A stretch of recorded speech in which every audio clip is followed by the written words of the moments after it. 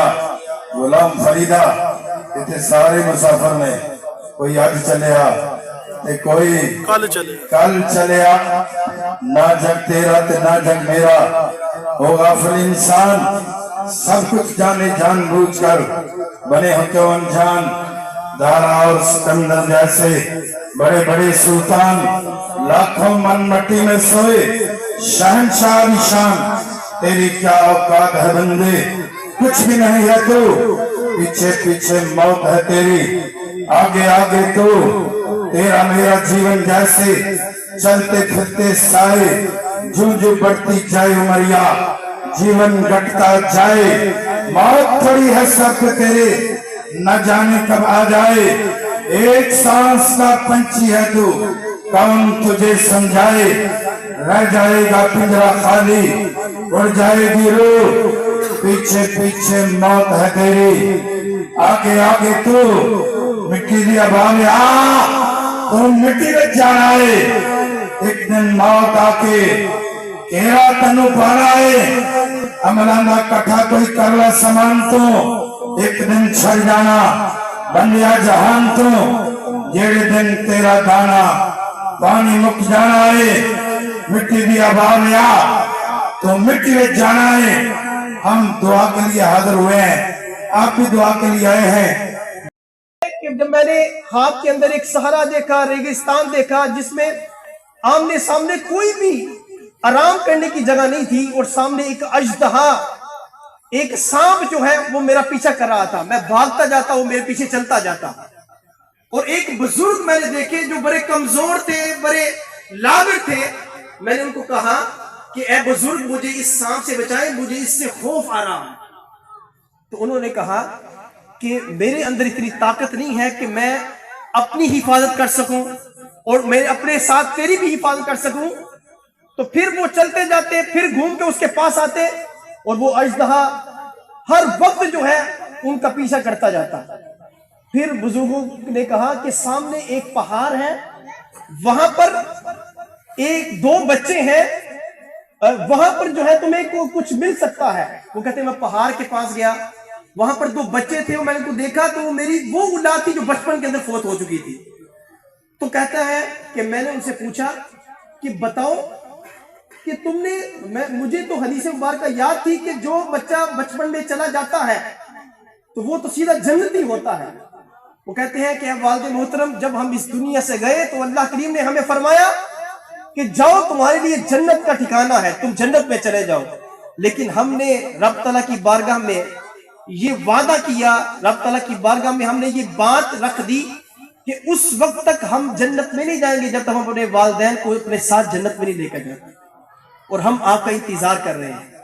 ایک طرف ہم دیکھیں تو دنیا کے اندر اولاد کا چلے جانا یہ بہت بڑی آزمائش ہوتی ہے، ایک بہت بڑا جو ہے وہ صبر کا. لیکن اللہ کریم نے ارشاد فرمایا کہ کیا تم نے یہ گمان کر لیا ہے کہ تم نے کہہ دیا کہ ہم مومن ہیں، ہم نے اسلام قبول کر لیا اور تمہیں آزمائشوں میں مبتلا نہیں کیا جائے گا؟ اور فرمایا تمہیں آزمائش کے اوپر صبر کرنا ہوگا. ان اللہ مع الصابرین، اللہ کریم صبر کرنے والوں کے ساتھ ہے، اور جو صبر کرتا ہے تو رب تعالیٰ اس کے درجات میں بلندیاں عطا فرماتا ہے. رب تعالیٰ اپنا یا سیدی یا رحمت للعالمین، اللہ کریم کے فضل و احسان سے آج ہم اس کی توفیق سے، اس کی عطا سے، اس کی مہربانی سے ہم سب مل کر ایک ایسے بچے کی بارگاہ میں خراج تحسین اور اس کو یاد کر رہے ہیں، اور ان کے اہل خانہ کے غم کے اندر برابر کے شریک ہیں کہ جو اپنے ذاتی مفاد کو چھوڑ کر وہ رب تعالیٰ کے پیارے دین کو سیکھ رہا تھا. اور اس کے متعلق قرآن مجید، فرقان حمید اور احادیث رسول اور ہمارے اسلاف کرام کے جو اقوال ہیں وہ بڑے بڑے ہیں، اور اس میں کسی قسم کا کوئی شک و شبہ نہیں ہے کہ جس طرح قرآن مجید سب سے اعلیٰ کتاب ہے تو جو قرآن کو سیکھنے والا ہوتا ہے وہ بھی سب سے اعلیٰ ہوتا ہے. یعنی کہ جو شخص جس چیز کے، جس شخصیت کے جتنا قریب ہوتا ہے، اس کی جتنی معرفت حاصل کرتا ہے، رب تعالیٰ اس کو بھی وہی مقام دیتا ہے. جیسا کہ ایک سادہ سی مثال ہے کہ چونٹی کی اپنی کوئی پرواز نہیں ہوتی، لیکن جب وہ باز کے پاؤں پکڑ لیتا ہے، جب وہ چونٹی باز کے پاؤں پکڑ لیتی ہے تو جتنی باز کی پرواز ہوتی ہے اتنی چونٹی کی پرواز ہوتی ہے. تو اسی طرح جو حافظ قرآن ہوتے ہیں کہ جب وہ حفظ کرتے ہیں اور اس پر وہ عمل بھی کریں، ان کو یاد بھی ہو، تو کل قیامت کے دن اس کو کہا جائے گا اے حافظ قرآن تو جنت میں قرآن پڑھتا چلا جا، جہاں تیرا قرآن ختم ہوگا اتنا حصہ جنت کا تیرے نام پر ہے، اتنا جنت کا حصہ جو ہے اس کے نام اعمال میں، اس کے حصے میں جو ہے وہ درج کر دیا جاتا ہے. تو قرآن مجید کی آیت مبارکہ ہے کہ انما اموالکم و اولادکم فتنہ، کہ یہ جو تمہارا مال ہے، تمہاری اولاد ہے، یہ تمہارے لیے آزمائش ہے. ایک فتنے کا معنی ہوتا ہے فساد، اور ایک فتنے کا معنی ہوتا ہے آزمائش. اور آزمائش اس طرح ہے کہ انسان رب تعالیٰ کی بارگاہ میں جب وہ عبادت کرتا ہے یا رب تعالیٰ کی بارگاہ سے کچھ حاصل کرتا ہے تو اس کے بدلے میں رب تعالیٰ اس کو جو نعمتیں دیتا ہے، اس کو جو رزق دیتا ہے، رزق جو ہے وہ پیسے کی صورت میں بھی ہو سکتا ہے، رزق عزت کی صورت میں بھی ہو سکتا ہے، رزق جو ہے وہ اولاد کی صورت میں بھی ہوتا ہے. تو پھر اس اپنی اولاد کو دیکھ کر اس کے اندر اتنا تمہارا جو مال ہے وہ تمہیں رب تعالیٰ کی یاد سے غافل نہ کر دے، تو پھر رب تعالیٰ اپنے بندوں میں سے وہ آزماتا ہے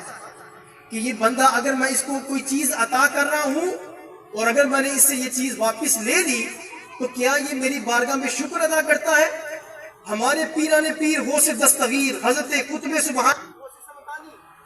شہباز مکانی حضرت سیدنا شیخ القادر جیلانی رحمت اللہ علیہ وقدس سرہ العزیز، آپ سے متعلق آتا ہے کہ جب بھی آپ کے گھر میں کوئی بچہ پیدا ہوتا اور آپ علماء کرام کا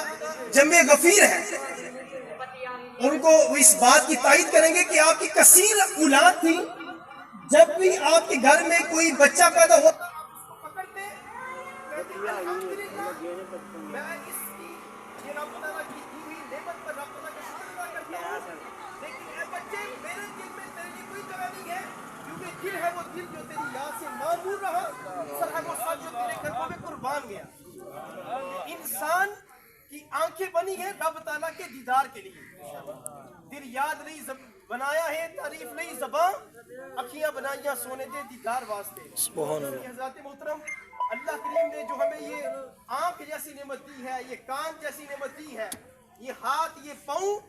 یہ اس کے کوئی نہ کوئی مقاصد ہے کہ ہم ان ہاتھوں سے وہ کام کریں، ان قدموں کو اس جگہ پر لے کر جائیں، اپنی سوچ کو اس طرح استعمال کریں